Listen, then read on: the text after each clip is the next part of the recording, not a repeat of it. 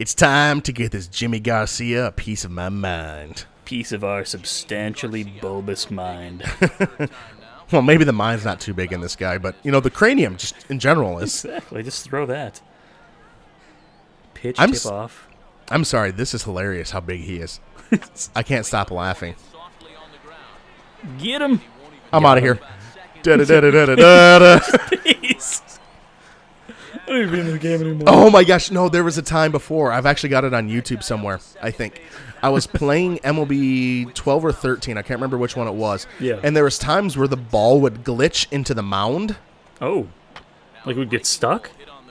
Oh, I'm an Oh, did you throw it to the wrong guy? Yep, I wasn't. Damn. I was thinking about the story and not playing. It got stuck in the mound, and when that would happen, nothing could happen. Like, you couldn't do anything.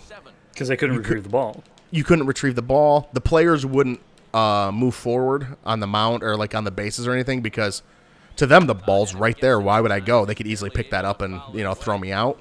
Yeah. And so I sat there and I was like, oh my gosh. And you have to just quit the game. Like, that's the only way you can get out of it is quit the game. Damn. So you lose. Oh, I smoked that thing. I ended up quitting the game. But before then, I was trying everything to see if I could get him to somehow retrieve the ball. Because I was playing really well, or something happened. Hey, you and don't I want to really lose that progress. No. And so I sat there and I started doing a game called ump corralling.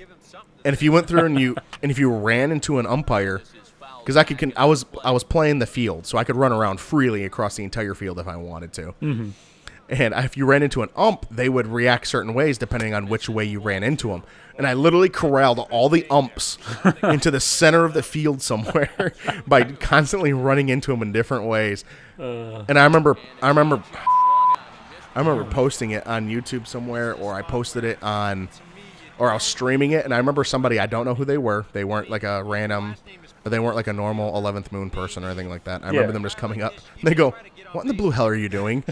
And I remember it was either comment or it was a stream, and they went, "You just wasted 15 minutes of my life," because they're just watching me run around, and I'm just sprinting around, moving all these umps to get them in. They just chose, in fact, to waste 15 minutes of their own life. And there was actually quite a few glitches in whatever one it was, 12 or 13. I think it was 12. There's quite a few. Like, one of them would be as soon as it was part of that glitch where the ball would get stuck in the mound. But if you were batting, as soon as they threw the ball, it'd be considered out of play, and it'd be considered a ball. So, 4 balls, you walk. And what you do is you would take the walk, and then I would force myself to run after I walked. But the ball's stuck in the mound, so I could just run all the way home. And I would score. Wow. So, first of all, taking a walk gets you a ton of points. Mm-hmm. Scoring a run gets you a ton of points. So, I would sit there and do that, and it would sometimes glitch out to where it would let you take, you get points for every pitch you take. Yeah. And I would sit there and sometimes it would let it go where it would say out of play and it wouldn't count it as an actual, what do you call it? You wouldn't get enough balls to walk. It would just consider it out of play, but it would count it as a pitch, but it wouldn't count it as either a strike or a ball. And so I'd have like 45 pitch at bats. So you just rack up the points? The point values were ridiculous, wow. Absolutely ridiculous. And the only way you could get out of it was by like taking a strike and trying to bunt, and it would somehow reset it a little bit. I remember doing that a lot too, and you would just get like, and I think there was some kind of multiplier on it where, every pitch you took, you get a little bit more points. So if you ended up at 15, you're getting a 15 increment increase on the initial pitch that you took, Mm-hmm. And then so like you would get just ridiculous amounts of points. You could max out your character on one stat, like by having an at-bat that took 50 pitches or something Sweet. like that.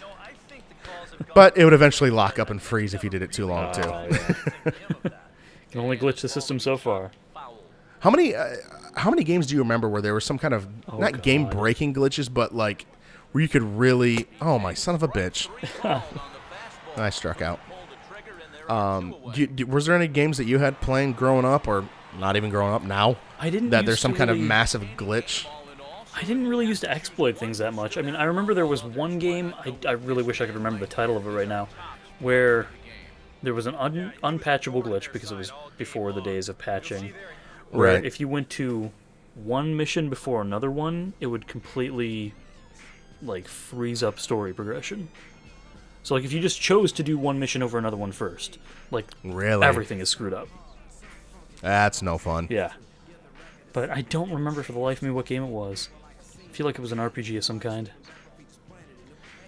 But yeah, stuff there's like always- that. Yeah. There's always the glitch, like the missing no glitch too, missing number glitch. Oh, where you just for start messing Pokemon, with the stuff code, like that. basically, yeah. Right, that where you're basically messing with the code on that one. But like, I mean, I can't remember. There was always, it always seemed like everything had like a little bit of glitch or some kind of strategy where you could farm things like Yeah. crazy. I was kind of using that once upon a time, back when we streamed on Daisy Gaming, and I was playing Earthbound on my Super Nintendo. I don't know what was causing it, and I don't know if it was the cartridge, the battery that is dying or something, or if the Super Nintendo itself is messing up. But I plugged the game in, and after a bunch of tries to try to get it to work, I got onto the game, and things were different than they're supposed to be. Like, What do you mean? I went to the first shop of the game to buy a baseball bat, because that's what the main character uses. And Right. the first bat he buys is supposed to have, like, a few offense above the starter one that you get. But it had the stats of, like, one of the endgame bats. Really? Yeah, it was just, like, it boosted me from, like, 5 offense to, like, 90-something offense. Like, Holy crap. immediately. And then I went into the first cave of the game, and all the enemies in the cave were the, like, street punks that are supposed to be outside near the arcade in the middle of the city. And, oh god, there was, like, one enemy that just kept respawning, and you couldn't kill it. You had to run from it.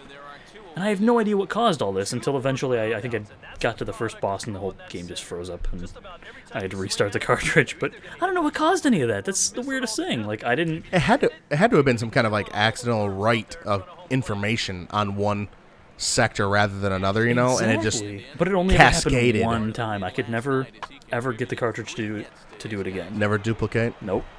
I got lucky. I don't even Have think you I recorded it.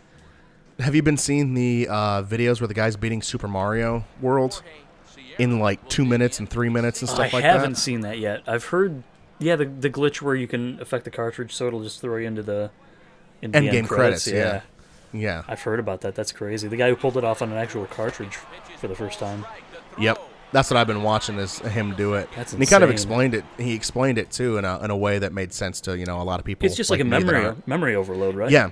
Yeah, basically every time you do something, it writes the values of where something is into the game. You know, it's got to. Yeah. It's got to write this shell that you dropped.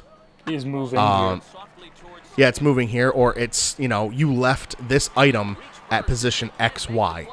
Yeah. You know, it's got to remember that kind of stuff. And so, like, by grabbing 2 blocks at once, it forces it to write information somewhere else than it normally does. Yeah. So he would grab a block and a P block at the same time. Mm-hmm.